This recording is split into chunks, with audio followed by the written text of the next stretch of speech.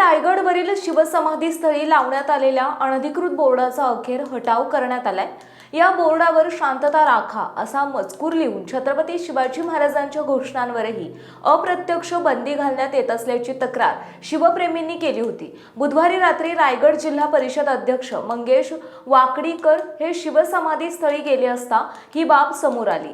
संबंधित बोर्ड हा ना महाराष्ट्र शासनाचा ना पुरातत्व विभागाचा असल्याचे स्पष्ट झाल्यानंतर वाकडीकर यांनी तात्काळ तो हटवण्याचे निर्देश देत शिवप्रेमींमार्फत बोर्ड काढून टाकण्यात आलाय। छत्रपती शिवाजी महाराजांच्या समाधी स्थळी रात्री आम्ही दीपोत्सव कार्यक्रम करण्यासाठी गेलो होतो। त्यावेळी तिथल्या जे शिवप्रेमी होते त्यांनी मला निदर्शनास आणलं की तिथे एक बोर्ड लावला आहे।